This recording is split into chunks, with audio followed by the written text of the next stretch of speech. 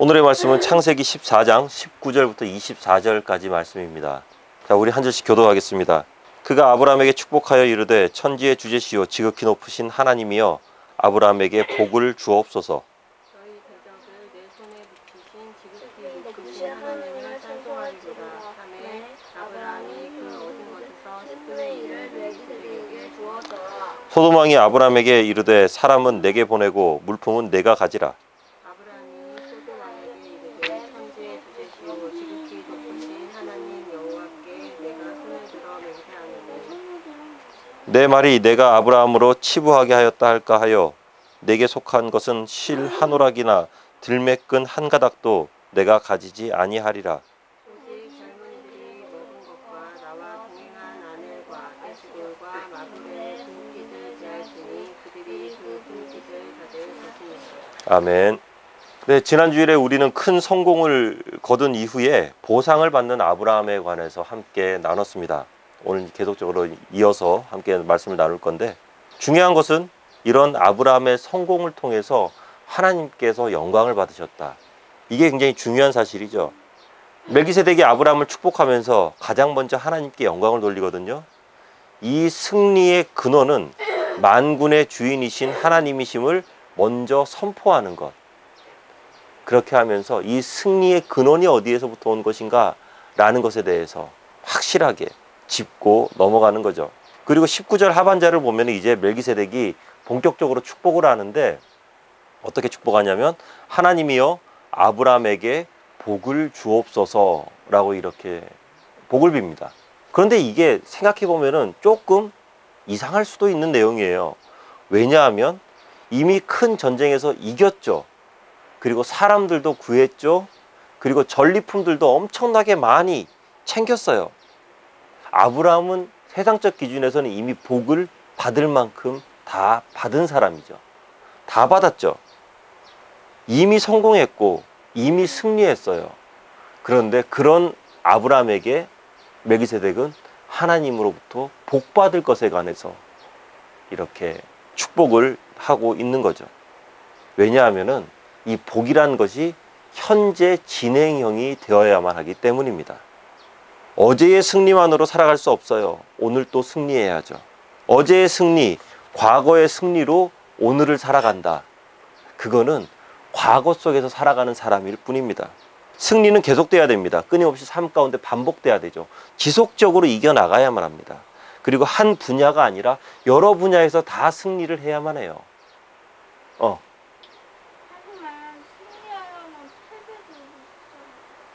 때로는 지기도 하겠지만 우리가 영적 싸움에서는 패배를 생각하고 싸움을 하지 않아요. 왜냐하면 하나님께서 우리하고 함께 하시기 때문에. 우리가 싸운다면 지겠지. 근데 하나님이 싸우시면 반드시 이기기 때문에. 공부 잘해서 좋은 대학 갑니다. 아주 성공했어요. 그런데 신앙을 잃어버려요. 신앙 잃고 우왕좌왕하거나요. 열심히 준비해서 좋은 직장에 들어가요.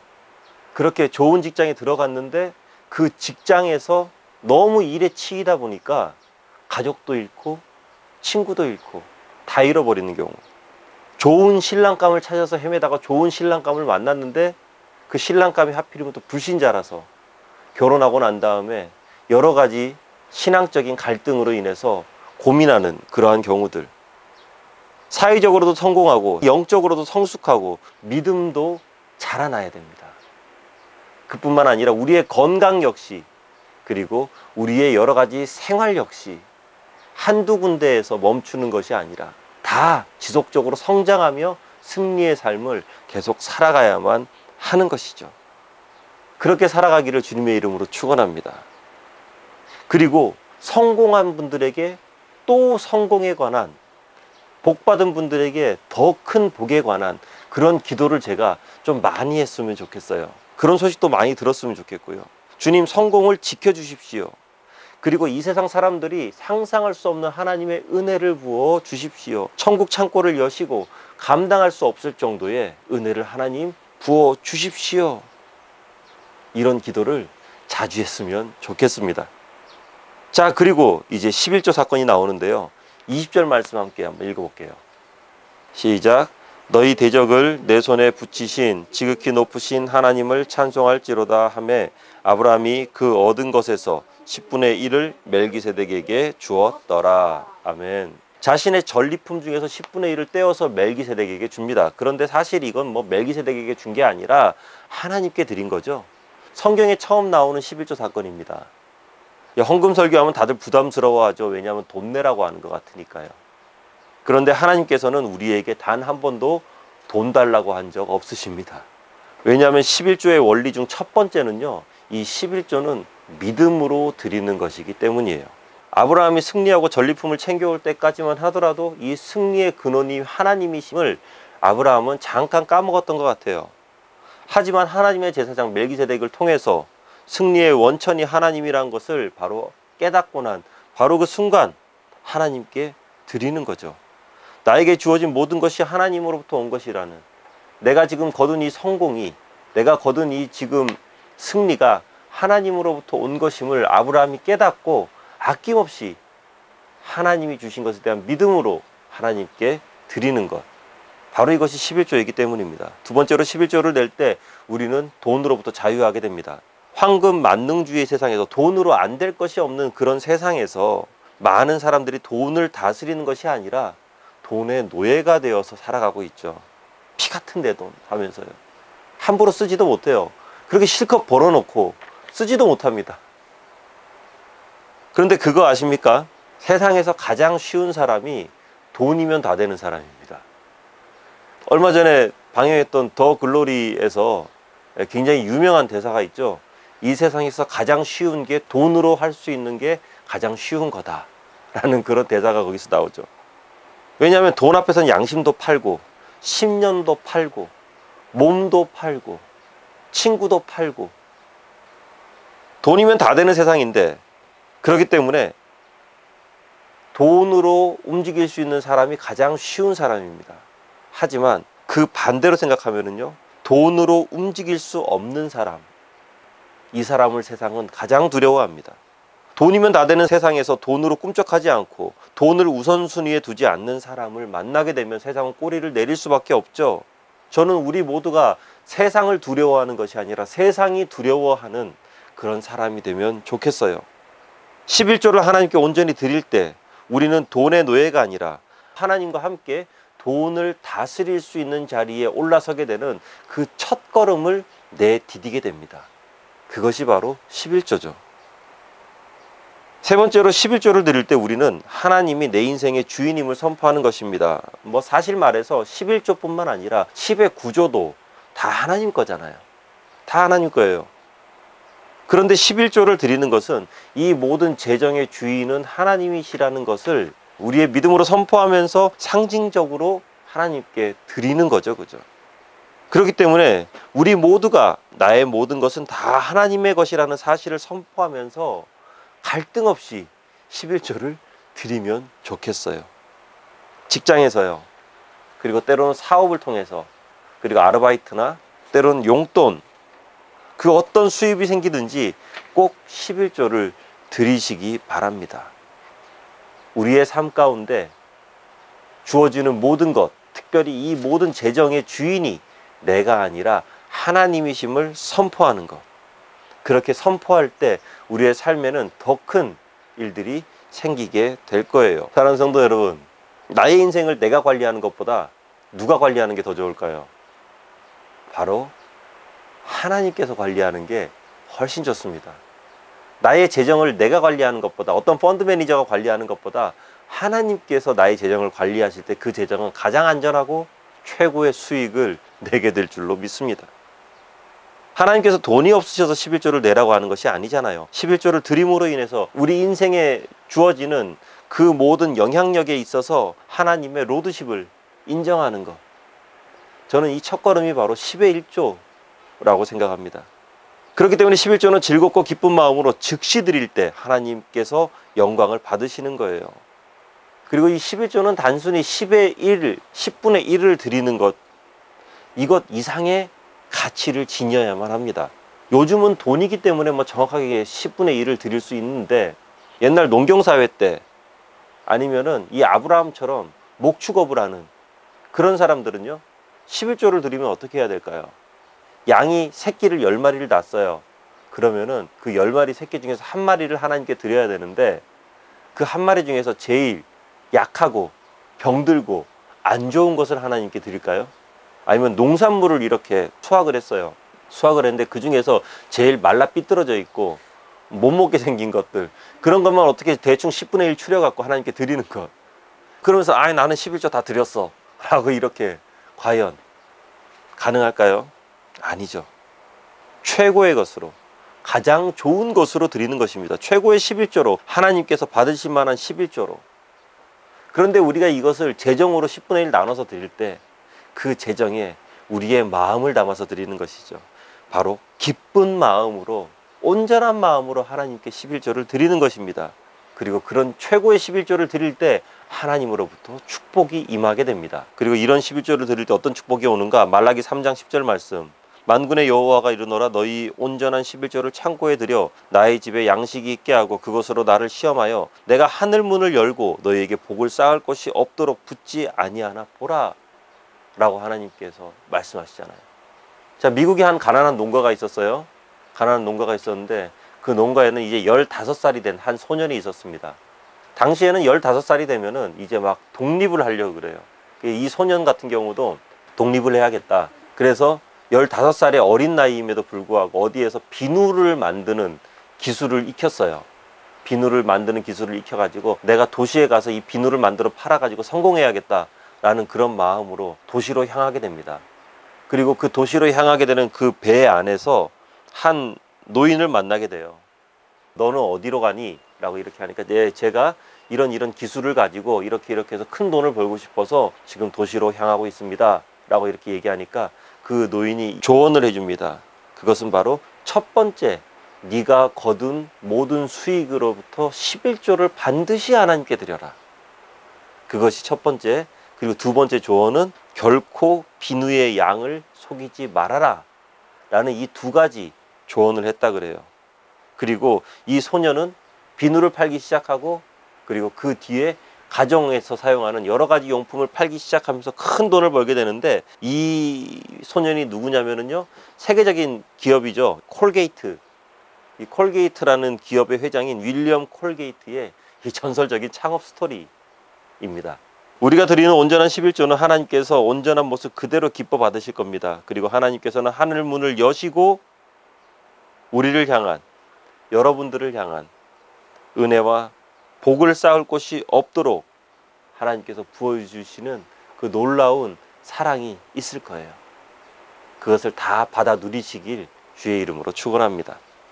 자, 이런 멜기세덱의 축복과 함께 또 하나의, 뭐 축복이라고 하면 축복인데, 축복이 또 하나가 더 옵니다. 바로 소돔왕의 축복인데요. 우리 21절 말씀 한번 읽어봅니다. 시작. 소돔왕이 아브라함에게 이르되 사람은 내게 보내고 물품은 네가 가지라. 아주 쿨하죠, 그죠? 사람들은 나에게 보내라.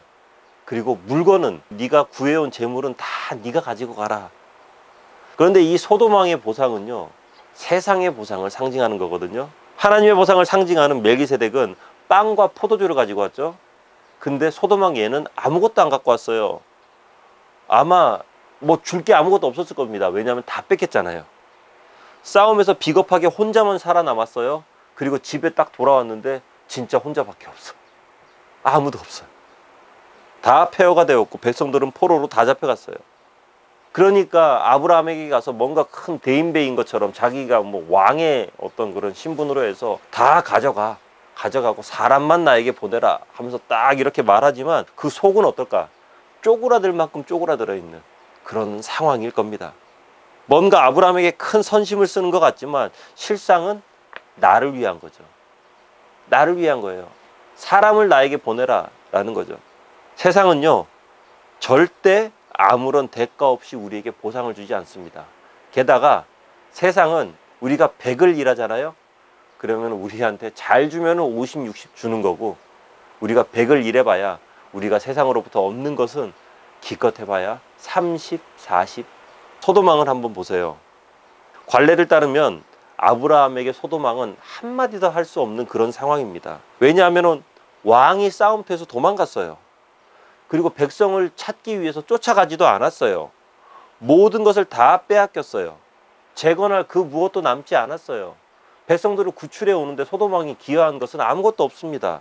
아브라함이 만약에 좀 야심 있는 야심가라서 야야 소돔 왕 당신 쓸데없는 소리 하지 말고 저리 가. 네가 한 게 뭔데? 이 한마디면 딱 끝나거든요, 상황. 아브라함이 그 구해온 사람들, 소돔성 사람들을 싹 모아가지고 소돔의 또 다른 왕이 된다고 한들 그 소돔 왕이 된 아브라함의 정체성에 관해서 뭐라 할 사람 아무도 없죠. 아브라함이 다 구해왔기 때문에요. 세상이 이렇습니다. 사탄이 예수님을 시험할 때 뭐라고 얘기합니까? 나에게 절을 하면 천하만국을 주겠다 라고 이렇게 이야기하잖아요. 예수님 꼬실 때. 그런데 천하만국이 자기 겁니까? 아닙니다. 하나님 겁니다. 그런데 마치 자기 것인 것처럼 이렇게 이야기하잖아요. 세상이 주는 보상이 그런 것 같습니다. 우리에게 화려한 무언가를 약속하고 우리에게 대단한 무언가를 약속하지만 엄청난 성공을 약속하지만 정작 그들이 가지고 있지 않은 허구를 우리에게 제시하는 경우가 훨씬 더 많다.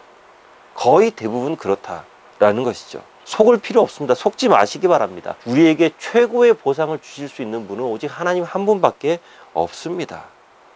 아브라함은요, 이 소돔 왕의 이 얄팍한 술수에 넘어가지 않습니다. 왜냐하면 하나님의 사람을 통해서 들은 하나님의 축복을 그 순간 내 것으로 아브라함이 확 취했거든요. 아브라함이 어떻게 거절하는가? 우리 22절 말씀 한번 읽어볼게요.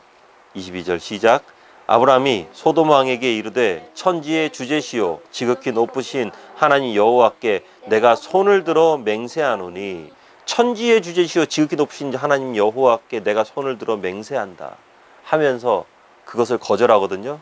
왕이 자신의 권세와 위치를 가지고 아브라함의 길을 확 죽이고 들어가면서 자신이 우위를 좀 점하려고 했어요. 하지만 그런 소돔 왕에게 아브라함이 담대하게 선포합니다. 왕의 왕이 되시고 천지 만물을 주관하시는 나의 하나님, 그 하나님 앞에서 내가 이야기한다. 까불지 말라는 거예요. 기싸움에서 벌써 게임이 되지 않죠. 그리고 사실 이 천지의 주제이신 하나님, 이 말이 어디에 나온 말이냐면요, 19절에서 멜기세덱이 아브라함을 축복하면서 한 말입니다. 그러니까 아브라함은 그 축복을 받으면서 그 천지의 주제이신 하나님, 그 말씀을 덥석 내 것으로 취한 거죠. 내 것으로 취하고 취한 것뿐만 아니라 그 말씀을 삶에서 다시 바로 적용시켜 버립니다. 내 안에 하나님의 영이 충만하면 내 입술을 통해서 이렇게 하나님의 영광이 드러나게 됩니다. 내 안에 인간적인 계산과 두려움이 가득하면 내 입술을 통해서 세상적인 가치관과 셈법이 흘러나옵니다. 어쩔 수가 없어요. 하나님의 사람은 사람을 두려워하지 않습니다. 그렇다고 그들의 위에 서는 것도 아니죠. 주변인들을 사랑하면서 그들을 섬기면서요, 스스로 낮아지고요, 져주는 것 뿐이지 그들에게 아부하거나 무언가 그들에게서부터 얻어낼 것들을 탐하지 않아요. 비굴하지 않아요. 하나님의 사람은요, 원래 그렇게 삽니다. 세상 사람들 보기에는 아무것도 없어 보이죠. 쥐뿔도 없어 보이지만 만군의 여호와이신 하나님께서 우리 아버지가 되시니 나는 두려울 게 없어요. 세상 사람들을 봤을 때 아무것도 없어 보이지만 저 사람은 왜 저렇게 당당해? 라고 말하는 사람. 그것이 바로 하나님의 사람인 것입니다. 물론 그렇게 살 때 뭔가 손해보는 것 같고 하나님의 원하는 삶을 살아가면 미련해 보이기도 합니다. 23절 말씀을 보세요. 너의 말이 내가, 그러니까 그 소돔 왕이죠. 소돔 왕이 아브라함으로 치부하게 하였다 할까요? 내게 속한 것은 실 한 오락이나 들매끈 한 가닥도 내가 가지지 아니하리라. 아브라함은 알고 있었어요. 이 모든 승리와 자신이 거둔 모든 성공은 하나님으로부터 온 것임을. 그런데 소돔 왕이 주는 것도 아니죠. 사실 아브라함이 구해온 것인데 그것을 자기가 취했을 때 나중에 아브라함을 보면서 소돔 왕이 이렇게 얘기할 수 있다는 거예요. 저것 봐, 아브라함 저렇게 성공한 것은 나 때문이야. 아브라함은 그것을 원천적으로 차단해 버립니다. 받지 않아요. 사랑하는 성도 여러분, 우리 크리스천들은요, 세상이 주는 빵을 거절할 수 있는 용기도 필요합니다. 하나님으로부터 받는 보상이 우리에게 최고의 보상이지 세상으로부터 받는 엑스트라를 뭔가를 자꾸 생각해서는 안 돼요. 정직한 대가만 정직하게 받으면 되는 것이죠. 하나님의 영인 성령이 충만해지면은 우리는 세상이 주는 달콤한 유혹과 쾌락을 우리는 거절할 수 있게 됩니다. 요한일서 2장 15절부터 17절 말씀인데요. 이 세상이나 세상에 있는 것들을 사랑하지 말라. 누구든지 세상을 사랑하면 아버지의 사랑이 그 안에 있지 아니하니 이는 세상에 있는 모든 것이 육신의 정욕과 안목의 정욕과 이생의 자랑이니 다 아버지께로부터 온 것이 아니요 세상으로부터 온 것이라. 이 세상도 그 정욕도 지나가되 오직 하나님의 뜻을 행하는 자는 영원히 거하느니라. 아멘. 말씀을 맺겠습니다. 누구나 성공을 꿈꿉니다. 누구나 성공을 꿈꾸면서 자신의 자리에서 최선의 삶을 다 살아가고 있습니다. 힘들게 공부하고 힘들게 직장생활하고 힘들게 일하고 힘들게 미래를 준비하고 있어요. 다 힘들어하고 있어요. 이렇게 힘든 이유는 성공하기 위해서. 성공하셔야만 합니다. 하지만 우리는 성공을 보는 것이 아니라 성공 이후의 삶을 볼 수 있어야만 합니다. 성공을 추구하면서 어떤 보상을 기대하시나요? 더 좋은 대학, 더 좋은 직장, 더 좋은 건강, 더 많은 돈을 버는 사업체, 남들 보면은 부러워할 만한 그런 좋은 차를 몰거나 좋은 집에 살거나. 사랑하는 성도 여러분, 소도망이 주는 세상의 성공이 우리 성공의 기준이 되어서는 안 됩니다. 하나님의 축복을 선택하시기 바랍니다. 그 성공에 보는 것이 아니라 그 성공 이후에 있는 하나님이 받으실 영광을 바라보시기 바랍니다. 시야를 성공에서 그 한 단계 뒤로 한번 더 넓게 바라보시기 바랍니다. 그 뒤에 하나님의 영광이 기다리고 있어요. 하나님의 사람은 하나님으로부터 공급받는 것을 먹고 살아야 합니다. 세상이 주는 것 아무거나 그냥 덥석덥석 받아 먹으면 안 돼요. 거절할 것들은 거절해야 됩니다. 이사야 55장 1절 말씀이죠. 오호라 너희 목마른 자들아 물러 오라. 돈 없는 자도 오라. 너희는 와서 사 먹되 돈 없이 값없이 와서 포도주와 젖을 사라. 너희가 어찌하여 양식이 아닌 것을 위하여 은을 달아주며 배부르게 하지 못할 것을 위하여 수고하느냐. 내가 듣고 들을지어다. 그리하면 너희가 좋은 것을 먹을 것이며 너희 자신들이 기름진 것으로 즐거움을 얻으리라. 하나님으로부터 오는 것이 우리에게 참 은혜가 되고 참 평안이 되는 것임을 잊지 마시기 바랍니다. 하나님으로부터 오는 모든 것으로 충만히 누리며 살아가시길 주의 이름으로 축원합니다. 기도하겠습니다. 하나님, 우리가 이 세상의 기준에 속지 않도록 하시고 이 세상의 기준에 귀 기울이지 않도록 하시고 이 세상의 기준에 하나님 우리의 마음을 빼앗기지 않고 오직 하나님의 기준을 바라보면서 이 세상의 성공을 보는 것이 아니라 하나님의 영광을 바라보면서 살아가도록 하여 주시옵소서. 하나님께서 주시는 것 그 이외의 것들을 세상이 주는 단물을 주님 거절할 수 있는 용기도 허락하여 주시옵시고 세상이 주는 쾌락을 주님 담대하게 떨쳐버릴 수 있는 그런 담대함도 우리에게 허락하여 주시옵소서. 그 모든 과정들을 통해서 오직 하나님께만 영광 올려드리는 우리 모두가 되어지도록 하여 주시옵소서. 예수님 이름으로 기도하옵나이다. 아멘.